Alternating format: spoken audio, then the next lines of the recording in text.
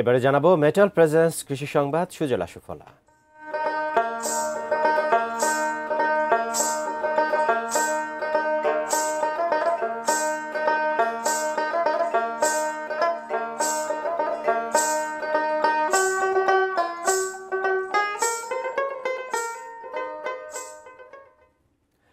কুড়িগ্রামে গ্রামে গ্রামে ছড়িয়ে পড়ছে লাম্পি স্কিন ডিজিজ।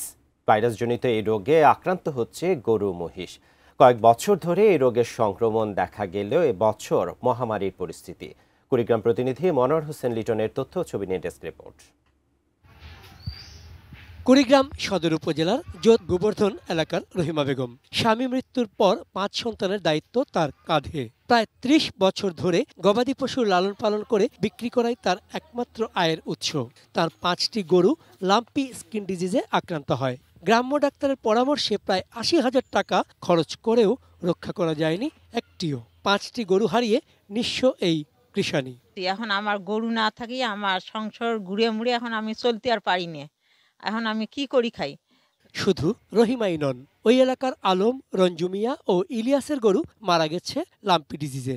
জেলা প্রাণী সম্পদ দপ্তরের তথ্য মতে এবছর জেলায় লাম্পিতে আক্রান্ত গরুর সংখ্যা 351টি আর মৃত্যুর সংখ্যা 29।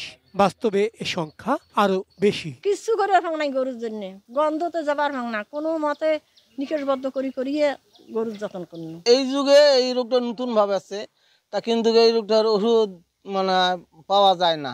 আলাদাতে রাখা লাগবে মশারি দিয়ে, এটা জানা ছিল না। এই রোগ বিস্তারের সাথে আবহাওয়ার সম্পর্ক রয়েছে। নিচু এলাকা এবং জলাশয়ের কাছাকাছি স্থানে মশা, মাছির মতো রক্ত শোষণকারী পোকামাকড় রোগটি ছড়ায়। এসব কারণেই কুড়িগ্রামে বিস্তার ঘটেছে সংক্রামক রোগটির।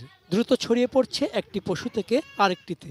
মাঠ পর্যায়ে ট্রায়াল হচ্ছে এবং আমরা আগামী আগস্ট সেপ্টেম্বরেই এই টিকা মাঠ পর্যায়ে দিতে পারবো এবং এই রোগের টিকা আমরা কৃষকদেরকে মুক্ত করতে পারবো। দ্রুত ভ্যাকসিনেশন সহ প্রয়োজনীয় ব্যবস্থা গ্রহণ করে গৃহপালিত পশু রক্ষায় আন্তরিক উদ্যোগ নেবে কর্তৃপক্ষ, এমন আশা প্রান্তিক কৃষকদের।